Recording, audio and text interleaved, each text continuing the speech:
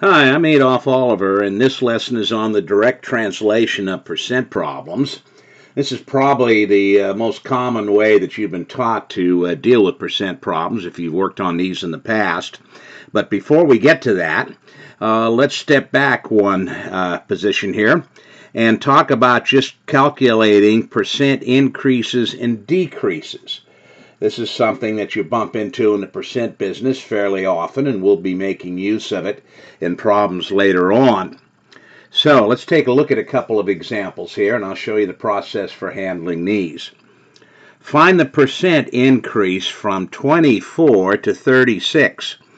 Now the key is here is you always want to make the comparison from your starting value, which is the 24, and we've increased from 24 to 36, which is a jump of 12, a positive 12.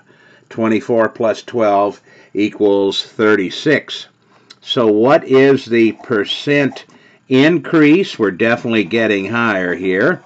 It's going to equal, take that change, the plus 12, divide it by the starting value, the 24. We're going to call that the base later on when we deal with this.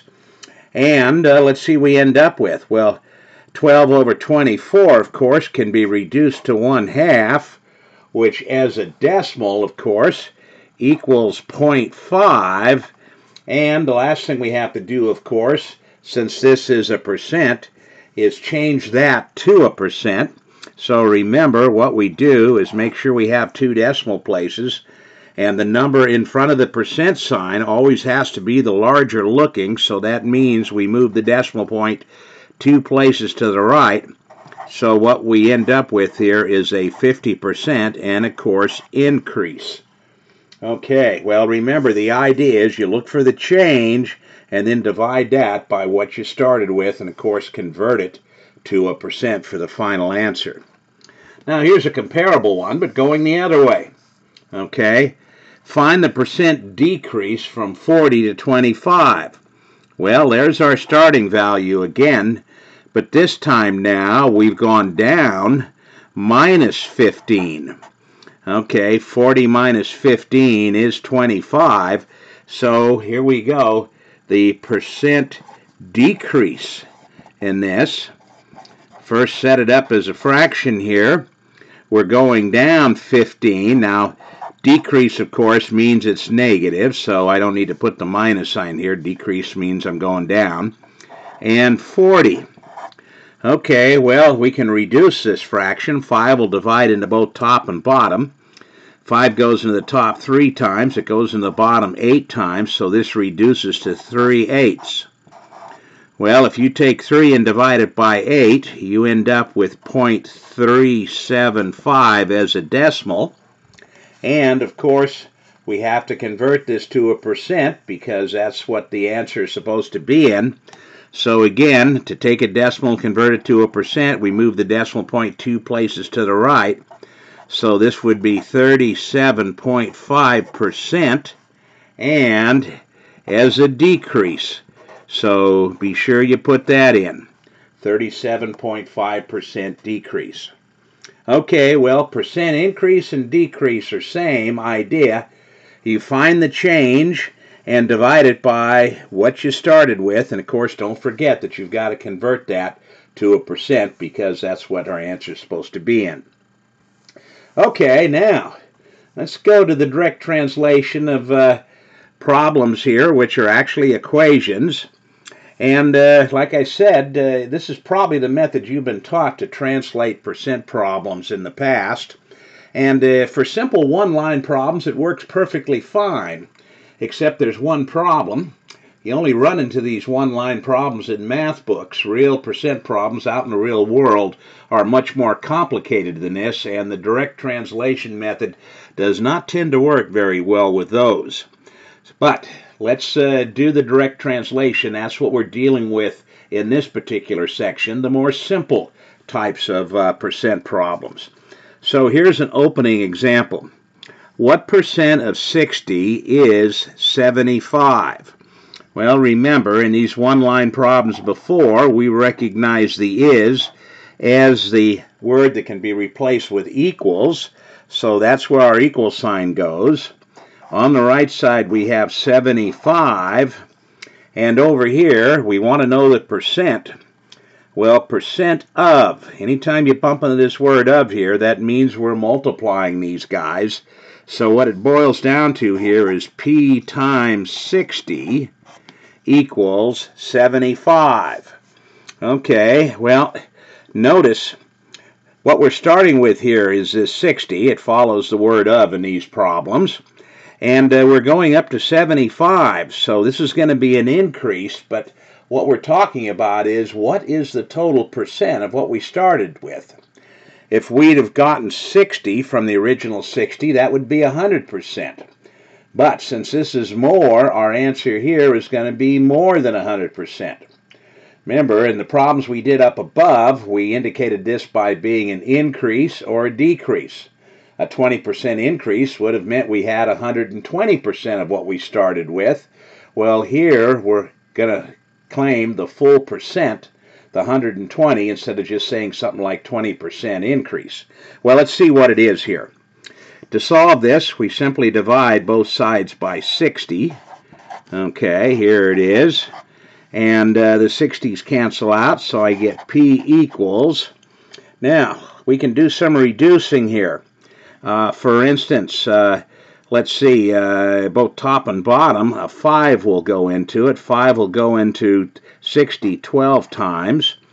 And 5 goes into 75. Let's see, I think it's 15 times, huh? So we end up with 15 over 12. Now, of course, that can be reduced again. Both of these guys can be reduced by 3. So remember, reducing, you can keep going on it. 3 goes into 12 4 times. 3 goes into 15 5 times. So we've now got the P equal to 5/4. Well, 5/4 as a decimal. This is going to be, 1 1/4 equals 1.25. And of course, if you turn around now and convert that to a percent, it has to be as a percent. That's what we're solving for here. Move the decimal point 2 places, and I end up with 125. You could put the decimal point at the end here, but since it turns out to be a whole number, you can leave it off if you want. And of course, don't forget the percent sign. So what percent is the 60 of 170? What percent of 60 is 75? It's 125%. The 100% represents the full 60, and the 25 represents another quarter, another 25% of this, which then combines to give the 75. Okay, well, let's look at one more of these before we start doing some of the regular homework examples here. What number is 35% of 120? Okay, once again, here is the is, so that can be replaced with equals. And we want to know on the left what number it is. So let's say I use n for number. You could use x or whatever you felt like. And 35% of 120. Now, the thing you remember, of course, is the percent has to be converted to either a fraction or a decimal to be able to use the multiplication here. Remember, 35% of 120, the of means to multiply these guys. I'm going to remind you of the little relationship we had earlier. The percent sign can always be traded in for over 100. This is a nice little relationship right here. And so instead of making a decimal out of this, I'm going to take this 35 and put it over 100. And then, of course, we're multiplying it. I'll put a multiplication dot here, times 120. Okay, this is the 35% of 120. We're multiplying these guys. Here it is. I'll make a fraction out of this by putting a 1 underneath. Now, of course, why was I interested in doing this? Well, I saw that I could do some nice reducing here. For instance, 20 goes into 100 5 times. 20 goes into 126 times. And the next thing, of course, is I can reduce the 5 here into the 35. So let's do that. 5 goes once, and the 35, it goes 7. So what do I end up with for n here? I've got 1 times 1 downstairs, which is just 1. So all I have to do is multiply the upstairs together. Okay, 7 times 6 gives me 42. And of course, it's just a plain number we're after here. So here's our answer. What is 35% of 120? Well, 35% of 120 happens to be 14. Okay, well, let's now look at some of the homework examples of these guys. The first thing we'll do is visit some of the percent increase, decrease guys.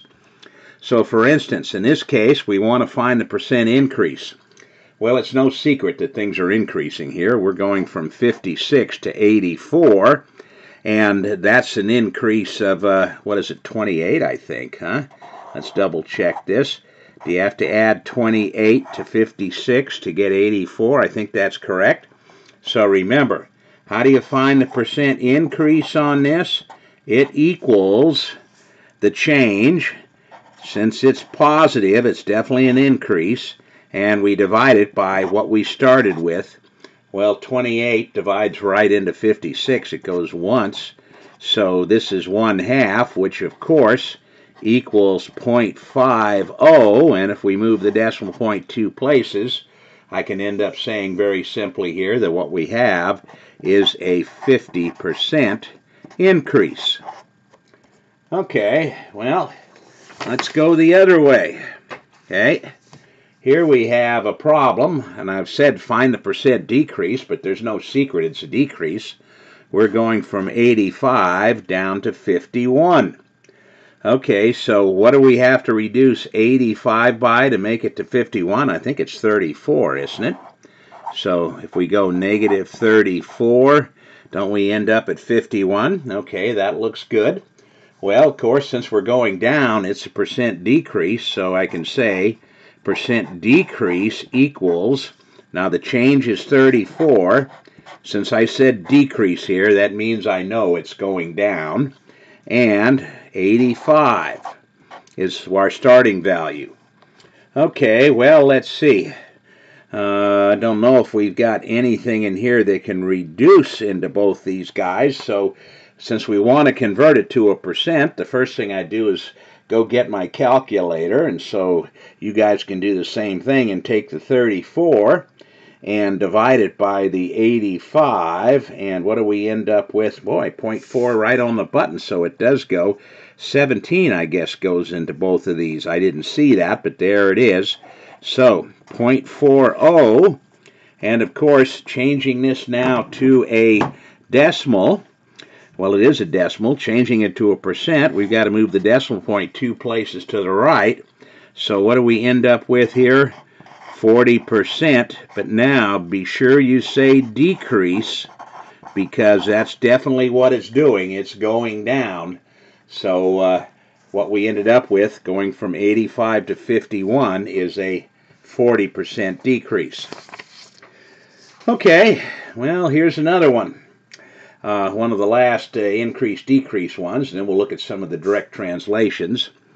Here we go. Our starting value is 35, and we're going up to 38, so this is definitely an increase. Okay, so as you've seen, these are easy to set up. The percent increase here is going to equal the change, which is plus 3, divided by the 35 that we started with. You always divide by what you start with. That's what you're comparing it to. And now, this one here, I think we're definitely going to need our calculator on. Let's see what we end up getting here. Take the 3, divide it by 35, and let's look at it to a few places here. I get rounded to 3 places, 0.086. So if we round it just to 3 places, here we are. Okay, well, that's what it is as a decimal, but now, of course, we've got to convert this to a percent. So what I do is move the decimal point 2 places to the right. I end up with an 8.6%, and of course now this was going up, so again, be sure you label it increase. So anybody looking at this knows that that's the way it was going. Okay, well, that's the percent increase-decrease things. Like I say, we'll be seeing those in some applications in the future. But now, let's take a look at some of these direct translations.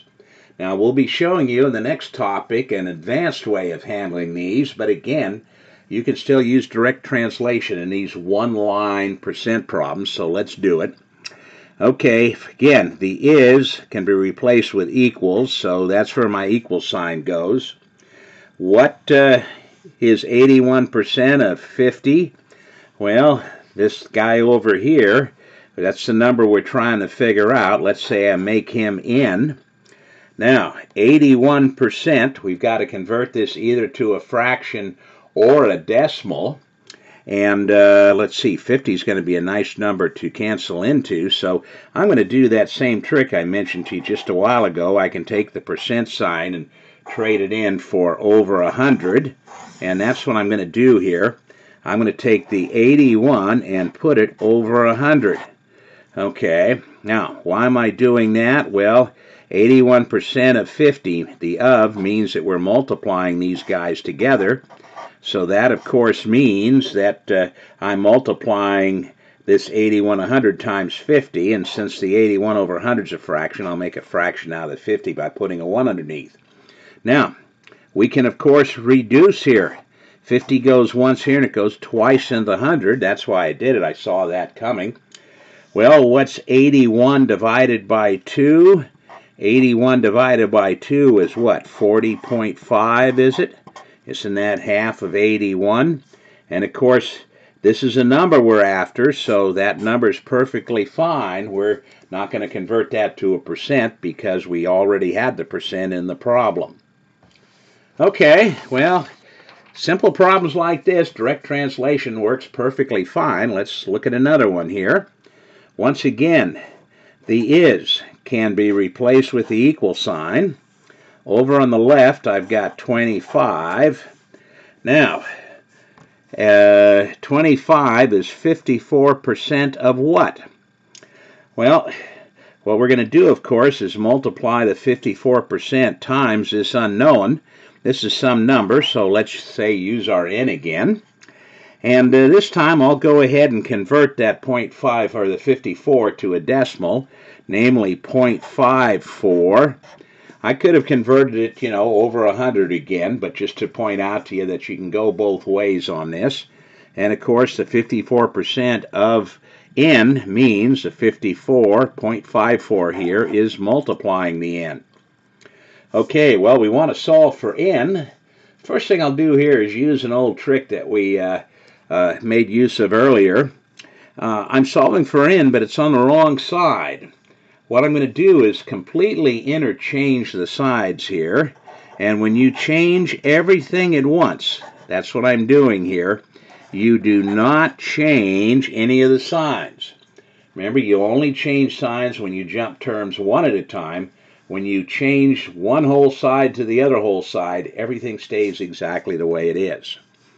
Okay, well, we want to get the n by itself, so I got to divide both sides by 0.54. Here we go, so I go ahead and do that. So I get n equals, and this is a perfectly good guy to go hit your calculator with again.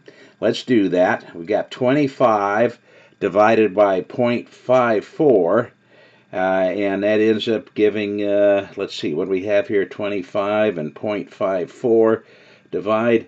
I come up with 46.30, rounded to two places, 46.30. Okay, well then, what's 54% of n? Well, if n is 46.30, we take that and turn around and multiply that by the 54, the 0.54, and we end up with our 25.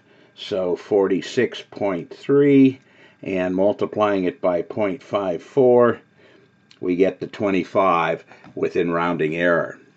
Okay, well, there we go. Again, direct translation, and we use the trick of interchanging the sides, And then, of course, dividing by the 0.54. Since it's a number, we leave it like this, and I just rounded it to a couple of places.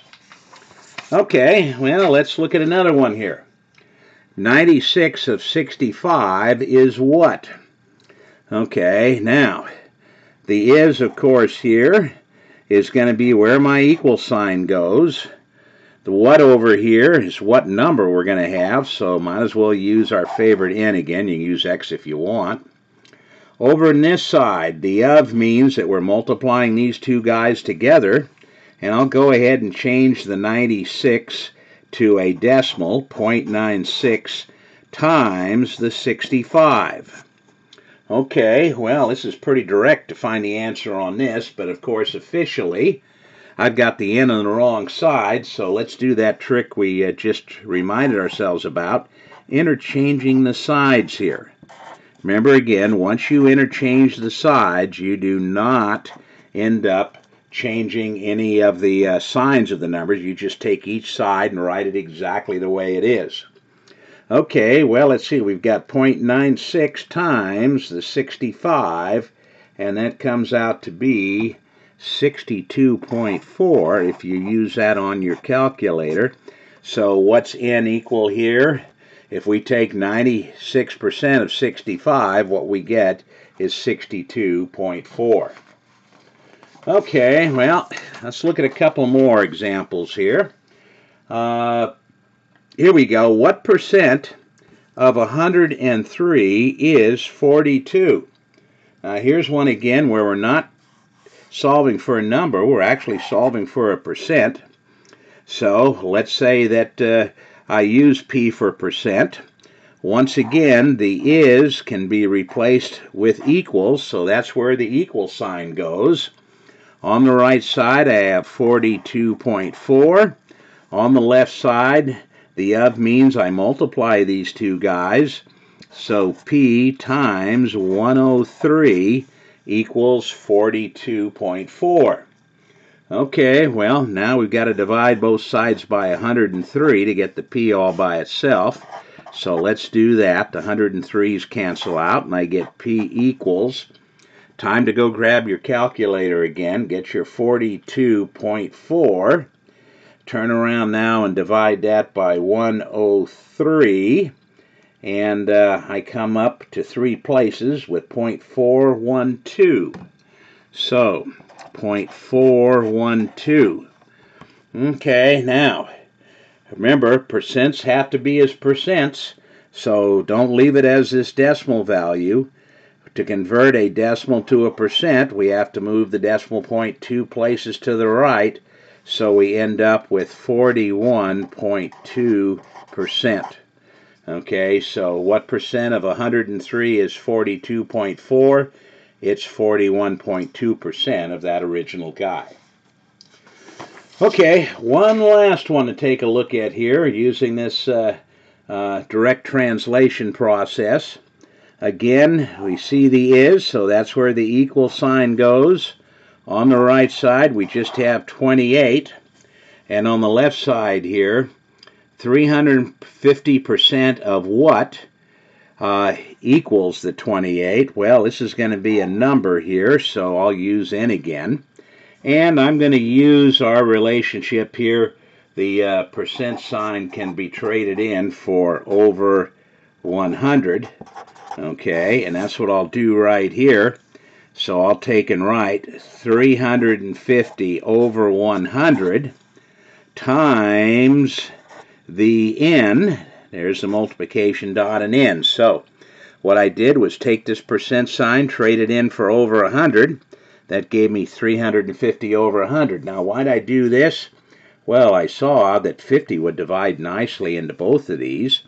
So 50 goes into 100 twice. 50 goes into 357 times. So what do we end up with here? Well, 7/2 times n equals 28. Well, now, see if you remember this nice little trick. What I want to do, of course, is end up with just 1n equals here. I want to get rid of this 7/2 times. Well, The easiest way to do that is multiply by the reciprocal of 7/2, which is 2/7. Remember, reciprocal times this will just give me 1. But of course, if I do that to one side, I've got to do the same thing over to the other side. Well, over on this side, the 7s and the 2's cross cancel. I end up with 1 over 1, or simply n equals what my answer is going to be. Now notice over here, I can remind myself that the 28 is upstairs by making a fraction out of it, by putting a 1 downstairs. And the 7 will cross cancel this. 7 goes once here, and 4 times in the 28. We have just 1 times 1, so the downstairs is 1. That means the answer is the upstairs. 4 times 2 is 8. N equals 8. So 350% of 8 gives us 28.